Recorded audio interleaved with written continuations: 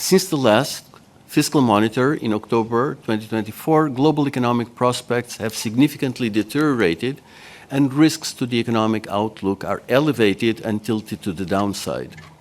Uncertainty is very high and confidence has been weakening. Financial markets have partially corrected and financing conditions have tightened.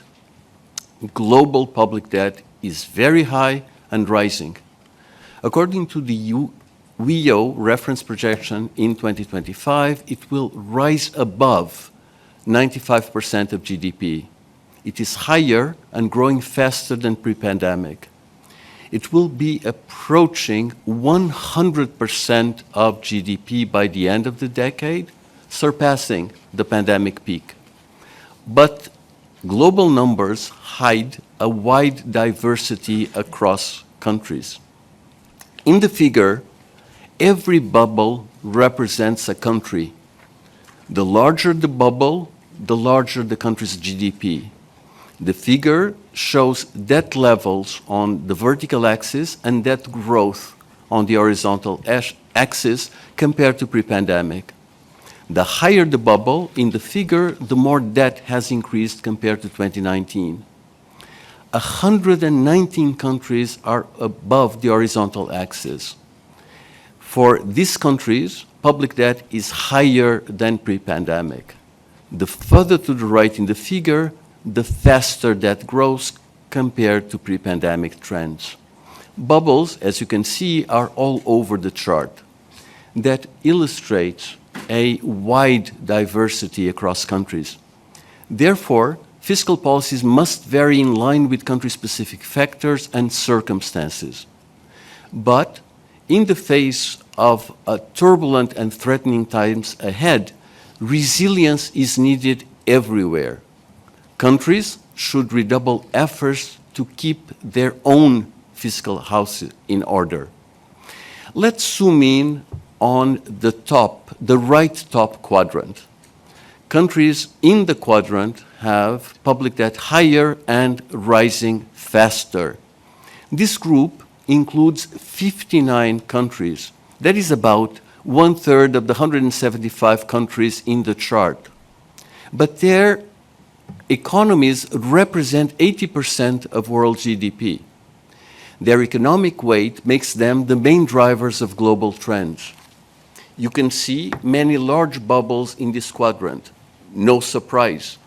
Most large economies, including the largest, are there. Now, let's focus on the remaining 2/3 of countries in the world. There are 116 countries in the group that represent about 20% of world GDP.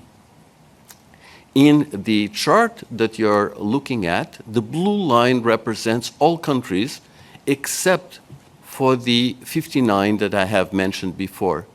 The two lines in the chart representing the world and representing this remaining 116 countries evolve similarly up to the year of the pandemic. After 2020, as you can see, the trends diverge. The two lines actually cross in 2023. For these 116 countries, aggregate public debt is now well below pandemic levels. But going forward, it is very flat, indicating a stabilization of public debt at high levels. But the distinctive feature of the current conjuncture is uncertainty. One must go beyond reference projections.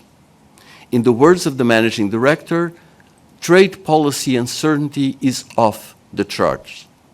Upside risk to public debt projections dominate the outlook. The October 2024 Fiscal Monitor introduced a novel tool to quantify the distribution of debt risks around the reference projection. We call it public debt at risk. According to this tool, global public debt 3 years ahead would come at 117% of GDP in a severe adverse scenario. Recent developments, with sharply increasing and persistent uncertainty, tightening financing conditions, push public debt at risk even higher.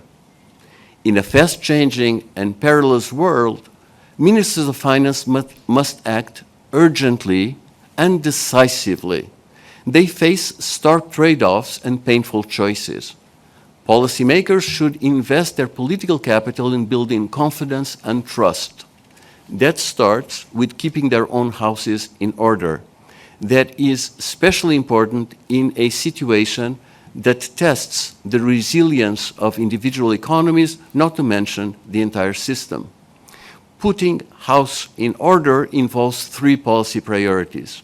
First, fiscal policy should be part of an overall stability-oriented macroeconomic policies. Second, fiscal policy should, in most countries, aim at reducing public debt and rebuilding buffers to create space to respond to spending pressures and other economic shocks through a credible medium-term framework.